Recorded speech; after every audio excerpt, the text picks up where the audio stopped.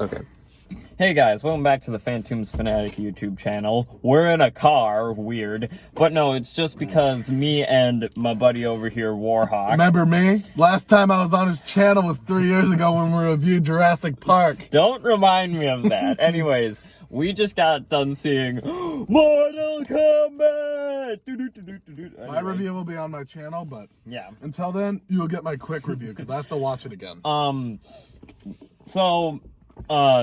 Let's give our opinions on the other two movies in this franchise. Annihilation, best screenplay. Fuck off.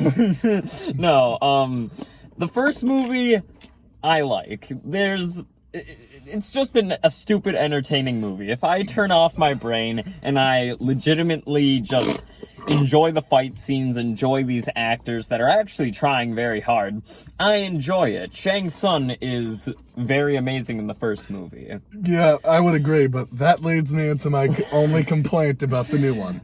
We'll get to that. Then actually, I have 3 complaints about the new one. Okay. But then, Annihilation, my opinion is it's one of the worst fucking movies ever made. That movie is god-awful. And I'm gonna say, this movie was not as bad. But, here's the deal. I will go off of what critics said, because I knew what critics said before watching this. They said that this destroyed all chances of Mortal Kombat becoming a movie again. What? Yeah, it's a 58. Critics rated this a 58. I don't know. I would say it's more of like a 60, like a 65. I wouldn't say it's the best thing I've ever seen, but I didn't hate enjoying it. Anyways, let's start talking about it. First of all, I enjoyed this movie. The one thing that makes me really like this movie and the reason why it works so well for me is the fact that it has an R rating. It's like the Mortal Kombat games where you have the ability to go over the top and ridiculous, which it does, and it's amazing. Even though some of the effects are CG, it's still just gory, bloody fun. Okay, now my review will be on Mortal Kombat 11. I'll be playing that tonight. Anyways, my 3 complaints. I'm not talking about my positives until my complaints are out of the way. Okay. You can say your complaints. They hype up Goro in like the first hour, and he just dies after one fight. I will say, though, his effect isn't that bad. I thought of him as like he looked like hairless King Kong to me. I enjoyed his effect. It's just that, compared to the original, which is a practical effect, even though in my opinion it looks CG, I don't understand it. His voice is not as good, because it's Kevin Michael Richardson doing the original voice. Yeah, my biggest thing, though. But we actually get to see him, like, fight and, like, throw around punching with all 4 of his arms, because it's not restricted to a practical effect, and that's what I like about it with Goro. My second complaint about this, the whole entire scene, Shang Tsung's whole character is fucking butchered. The actor is not horrible, but after the guy in the first movie, and especially in Mortal Kombat 11, Tagawa... Yeah, he's in both. Yeah, he's in both. I understand recasting him to be younger, but Shang Tsung can be old at the same time, and I guess I'm so used to hearing Tagawa's voice and how perfect he is as that character that this new actor, well, not bad, he's not doing anything amazing with the character. Yeah, see, everything's Shang Tsung. In the game, I think the effect of him taking souls is perfect. In this, it just looks like he's making out with them spiritually. It's terrible. The effect in the original movie wasn't good, though. It was decent. But here's the voice worked. He's like, your soul is mine. Your brother's soul is mine. What does he do in this movie? He just is... he's like, I'm going to take this guy's soul. 30 seconds later, it's a new look. It's a new look. What's the deal with metal arms? Okay. Okay, so let's start talking about the things we like about this film.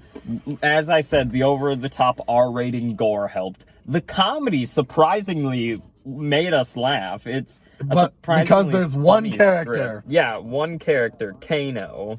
Who is the best character. Which... Except for the potential he won't be coming in a sequel. Well, but the actual best character in this whole movie, Cabal. Yeah, we both agreed that Cabal was amazing in this. But I can't consider him truly the best character in this.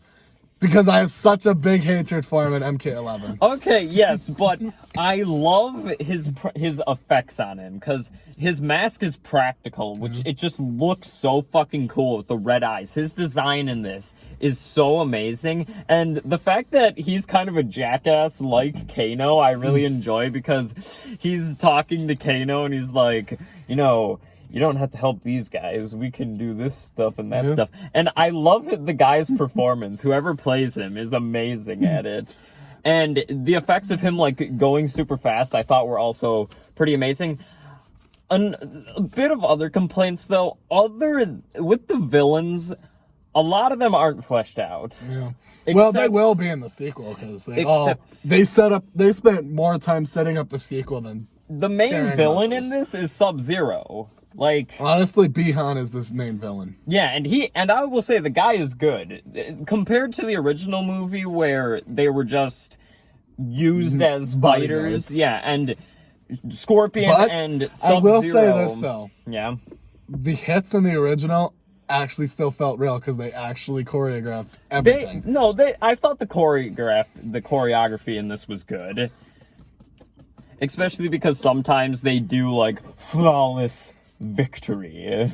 Yeah, in the new one, they made a cameo to that once. Yeah. And it's the best thing in the movie. Yeah.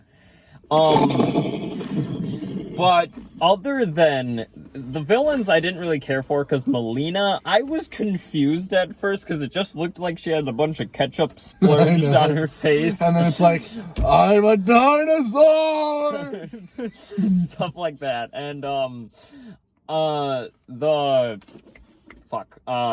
Kano, yes, I will admit, Kano is very entertaining in this. The actor is pretty fucking good, because he's a lot of fun in this, because he's just a jackass who doesn't give a fuck anymore. No, he never did. Yeah, that's the character. Yeah. And him and Cabal are that. And now Cabal is not dead, because he just got barbecued. Yeah, but compared to Trevor Goddard in the first movie, because he's one of the best parts of that first movie, because he inspired the character. Me and you quote, "Hello, baby. Did you miss me?" But no, I gotta say, though, he kind of quoted that. Yeah, he kind of. Honey, I'm home. Should have gave me $3 million. Yeah, I gotta admit though, this movie is.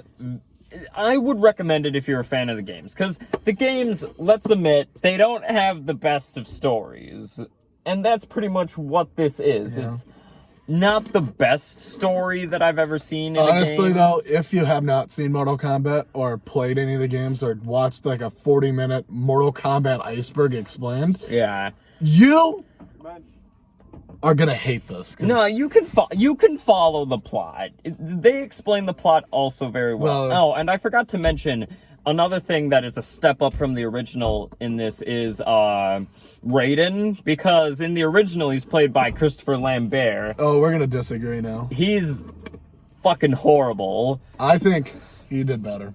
No, I liked this Raiden. The actor that they have playing it is a big step up. Sure, I had problems where for some reason his temple was getting under siege, and where the fuck was he? No, he's waiting so he can make his heroic entrance and stop them once and for all by himself. But no, I would say the plot in this is very stereotypical. I have problems, but one thing that I do like about the plot is that Scorpion and Sub-Zero are kind of at the front of it, and I like what they do with them in this. They use them a lot more, and they actually have very good character. I mean, hell, they're literally the start of the movie. Yeah, and I like that. And the effects also on Sub-Zero with all of his ice shit, I thought they were fucking good. I loved and I love the effect of, like, when Jax fights him in the beginning and he shoots the shotgun and he, like, freezes it. They did an effect similar to that in the original, but it just puts ice on the front of the barrel. Yeah. But in this, it actually, like, expands out and you see the shotgun pellets. And I was like, That is such a cool effect, and all the fight scenes in this are very entertaining. You can understand what's going on. But the editing, to be honest, though, yeah, the problem with this movie is it doesn't make the story entertaining. It makes you just. Because I almost passed out 30 minutes in, and then a fight scene happened and it just kept me awake. Because I will say the first 30 minutes into this, you either get into it or don't get into it. I mean, at least they started out with. The first stuff with Scorpion and Sub-Zero I liked, but then you cut to Scorpion's ancestor, which I actually liked him in this. He was good, even though he was just kind of playing like a stereotypical everyman, I would say. Yeah, he was. And what they do with him, I'm a bit confused because I didn't know if that was a game character unless they just created I thought that was the Liu Kang in the movie because it was like, oh, it's going to be the chosen one. But no, I actually like how they switched up our expectations because going into this, I thought, oh, Liu Kang's going to be our main character again. But I actually like what they did with Scorpion and Sub-Zero. Okay. Time for the only complaint that I think is so dumb.